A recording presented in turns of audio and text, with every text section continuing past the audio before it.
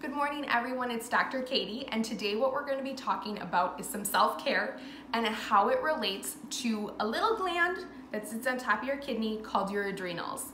So your adrenal glands are going to be in charge of releasing a hormone that helps our body respond and regulate stress. And so this is a system that is under a lot of threat just based on the lives we live.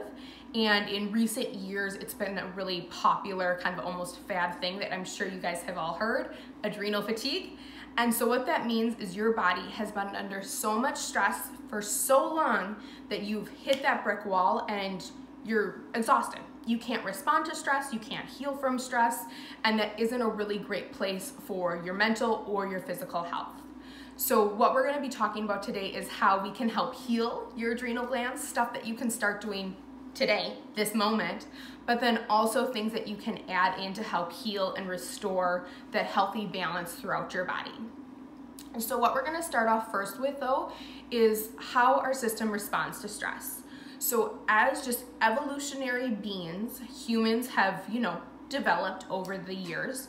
And something that has developed within our system as well as other mammals is something called a general adaptive syndrome. And so what this syndrome is our ability to encounter our stressor, respond, and then heal. And so if you think about this, so we're gonna pretend we're cave ladies and gents today, and we are hunters and gatherers, so we're out in the woods, we're picking some berries, maybe somebody's looking for a deer, and we are in a really relaxed, we're hunting, we're gathering, we're resting and digesting, we're planning for the future. All of those things are just very calm, neutral nervous system and physical activities. That's where we should spend our lives about 80% of the day, even now, not just back then. And then the next part of that is what happens when something stressful intercedes. So we're picking berries, and let's say a bear walks in front of us. So as an evolutionary creature, we have a few things that we want to do. We want to survive, we want to reproduce, and we want to be nice and safe. Those three things go hand in hand. So in that scenario, you're picking berries, bear comes at you, you're gonna drop your berries and you're gonna hightail it because you wanna get to your cave where you can be safe. You're less concerned about your next meal. You're gonna find some more berries, it's gonna be okay. It's more important in that time to survive. So that is a really basic, simple example, but it breaks down the three stages of our stress levels. So the first one is that first alert or alarm where we say, you're a bear, we need to respond. And then the second one is where we know it's called resistance. So you're a bear, we need to respond, we need to survive, so you start to run. So there's that resistance, your body has built up that tolerance, because this isn't the first bear you've ever encountered. And then the third stage is called exhaustion. So this, I'm sure all of us have felt at some point, is where we encounter that stress again and again and again, and we're so overrunning from it, we don't have the energy, so we just lay down on the ground and say, bear, you can eat me. That's gonna be easier for me than running back to my cave. So that alarm, resistance, and exhaustion happens in our world too. And so those are basically the three different levels. So it breaks down to early, mid, and then late stage adrenal fatigue. So we're gonna break that down shortly, but first we need to talk about how stress relates to our hormones and our nervous system through the HPA axis. So this is the axis in our body that controls how we respond to stress. So we have our brain, so in control of everything in our body. And so you have two parts of it. One is called your hypothalamus, and the other one is called your pituitary. And so your hypothalamus and your pituitary gland, they talk all day, every day. And so what happens is when you have a stress, so whether that is a bear, whether that is your boss, a deadline, or just one too many soccer, baseball practices this week, your body encounters that stress. Your hypothalamus says, ding, ding, ding, there's a stress. It sends a message to your pituitary gland that says, we're stressed, we need to respond. And then it goes all the way down to your adrenal glands, and your adrenal glands say, yep, you're right, guys, we are stressed. And then that starts to release that cortisol hormone, so that stress hormone that regulates our body's ability to respond and then come down and go back to homeostasis from a stress. So what should happen is our body sends that message from our hypothalamus to our pituitary gland all the way down, and then we should heal. So let's say that is something like a deadline at work. So once you meet that deadline, your system, your adrenal gland should say, all right, stop guys, we don't need any more cortisol, and they'll send a message all the way back up to your brain saying, we're safe, like come back to balance. And that's what we want. So as humans, as mammals, we always want to find homeostasis, or that balance where our body isn't going from that panic zone back down. But that's just what we do. But when the panic is too high, that's where we start to see things just slowly deteriorate. So that's going to be your mental health, that's going to be your sleep, it's going to be your digestion, it's going to be your metabolism. It's all connected. So a lot of studies are finding that your HPA axis is highly linked to your thyroid system. So it's interesting, when a lot of ladies typically struggle with hypo or hypothyroid disease, that's going to be related to how well your body's able to adapt and metabolize and make hormones. So just these systems don't live in very separate, sterile worlds. They're very much interconnected and play together, and it's called your neuroendocrine system. So that means your nervous system and your endocrine system, or your hormone system, are just interlinked, and they hang out and they impact each other, even though they're technically separate systems. So things that we can do to help heal this is what we're going to chat about next. But I want to just go over basically those 3 stages of that adrenal fatigue, so you can kind of like pinpoint where you are, just based on very general symptoms and things that we see. So the first one is going to be that early stage. So that's when we have something stressful come into our body and we respond immediately. So if you're in more early stage adrenal fatigue, things that you're going to typically present with are going to be highly agitated, and you may be more anxious as a person in general. So something comes in, stress levels go up, and you're just running, and then with that, you come down once that stressor is gone. So typically people in early stage have some bouts of sleeplessness, but overall energy levels are just fine. They don't see a lot of fatigue or overall exhaustion. And then the next one is mid-stage. So mid-stage is going to be when you have constant moderate levels of stress coming through. So this is going to vary depending on who you are, but that might be kind of like a divorce or separation thing happening, where this is a long haul. You're working through something that isn't fun, it is stressful, and there's just constantly something tripping in. But then that also could be something like a change in where you're living or your diet, and it's just too stressful for your body. And so people who have just that moderate level of stress have less of those anxiety streaks, but they may just be an underlying anxious person, but we don't see those highs and lows as much. And also they're gonna struggle more with like exhaustion and just starting to like really feel overall quite fatigued. And then the last one is gonna be end stage or just late stage adrenal fatigue. So these are people where they are at that exhaustion point, they can't fight anymore. So with this, we're gonna see less anxiety, less agitation, but more just overall exhaustion. We're fatigued all the time. The minute we get home, we could go to bed if we felt like we could, and we're just pooped. And that's because your adrenal glands are so exhausted, they're not even releasing cortisol anymore. So to help heal them, you actually have to give herbs and supplements that will help boost that cortisol, because your body is so tired, it's just not even releasing it anymore.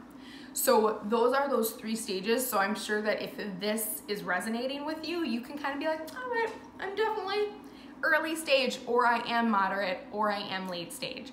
And that's okay, because sometimes we need to basically have an idea where we're starting before we can start to heal.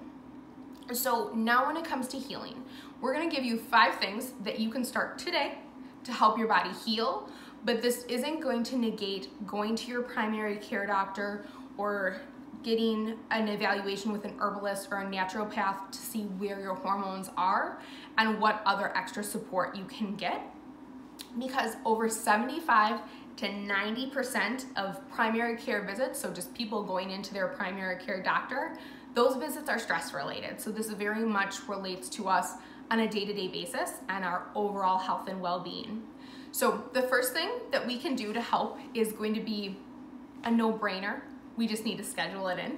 And so what that is going to be regular exercise. So that could simply be, it's a beautiful day, take a walk during your lunch break, go for a run with your kids, take a bike ride, or if you need more intensity than that, just to help beat out that stress from your day, HIIT training, CrossFit, like do what makes you feel good, but all of that is gonna be good blood flow, good circulation for your entire body, and also releasing those happy hormones that will help just regulate overall how your body's handling stress, and it should over time boost energy. The next one is going to be practicing relaxation techniques. So this is going to be looking more at yoga or meditation or picking up some hobbies. So again, do things that feel good and make you give back to you. So whether that is doing a guided meditation before you fall asleep every night, or if you just fall in love with yoga and you need to do a 15-minute yoga practice every day, that's okay. That's all good self-care. And not everybody can dedicate a full hour every day to working out. If you can, great. But if you can't, don't think that's gonna stop you from, doing those things that are gonna be better for you. So just getting into that practice will help with how your body responds to stress. And even hobbies like riding horse, painting, all of those are good ways to just allow your brain and your creativity and your body to move and just give back to you. So it really comes down to proper self-care with those first two. And then the next one is going to be sleep. So if you are a parent, you know how important it is that your kids get sleep. And if they're getting good sleep, that means you probably are getting good sleep. So sleep is just essential for our overall well-being, our mental clarity, our digestion, our energy levels. It's essential. So with sleep, set a routine. So that might be something where by 8:30, you're starting to wind down, you're in bed by 9, you turn on a guided meditation and you sleep till 6 a.m., your alarm gets off and you're out of bed. This isn't something where I maybe go to bed at 9, I might go to bed at 11:30. You need to have a rhythm for your body, because as your body circulates cortisol throughout the day, it's gonna be highest first in the day, it's gonna dip, and then it's gonna start to ramp back up while we're sleeping. And that's okay, but we need to have that proper cycle to happen in order for our body to respond to stress when we're awake. So making sure you're getting good, regular sleep, and make sure your bedroom is an environment for sleeping. So no blue light, we don't need to be scrolling through Facebook or Instagram before we fall asleep. That isn't gonna do anything to help what we're really ultimately trying to work on, which is improving our body's ability to respond to stress. And then the next one is gonna be avoiding or limiting intake of alcohol and sugar.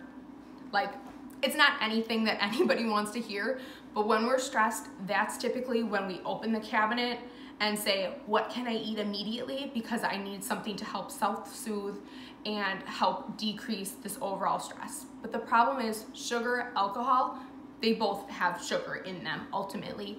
And what sugar does is increase and spike our cortisol levels. So not helpful. If anything, it's saying, oh, we need to add more fuel to the fire. We got you. We got you. And that's not gonna help your body heal. So limit or decrease as much as you can. And then the last one is going to be taking more of an internal look at how your body's digesting. So a lot of times we eat foods that are highly stressful for our body. So that might be gluten or cheese, which has casein in it. But it also might be food allergies to certain nuts or fruit or things like that. So we have a lot of different sensitivities in our gut, and by avoiding foods with those triggers, it's going to improve how your body's digesting, which is great, but also it's going to be less stress on the rest of your body. So if you're potentially a person where you're like, I know I shouldn't eat ice cream, I have a lactose intolerance, it's fine, it runs through the family. If you're that person and you eat ice cream, you probably pay for it. And you're bloated, you might not be pooping as regularly, and all of that isn't fun. But if you think about that, that is a stressor on your body. And so if you have that stress going on, you're less likely to focus on healing that stress system that we're really focused on. So that's one of those things where keep a journal, pay attention to your body, because there might just be certain foods where you're like, I can't eat pizza. It doesn't make me feel good. But then there's other things that you can still substitute. So this is no means trying to limit you and all the fun things you can eat, but just listen to your body and feed your body fuel that it likes. It's pretty simple stuff. And then the last thing, other than those lifestyle things, which are going to work leaps and bounds for you by getting them into your body regularly and making it a part of your self-care routine. And then the last thing is going to be supplements. So we have a recommendation for different stress levels. So that's going to be a hard thing just to tell you over a video. But when it comes to stress supplements, there are a handful of herbs that are called adaptogens. And what they do is they help you adapt to stress. So they'll help calm down your body's ability to adapt to stress and help it heal. So they work really great for people with adrenal fatigue. So the top ones for that are going to be ashwagandha and rhodiola. So those two are amazing. There's other things like maca powder as well, but rhodiola and ashwagandha are two of the most healing herbs for adrenal fatigue. And then there's other stuff like lavender oil, L-theanine, and different things like that that can be added in, just depending on that case-by-case basis. So I hope all of this information was helpful and just really breaking down how our body responds to stress and what you can do to help heal it.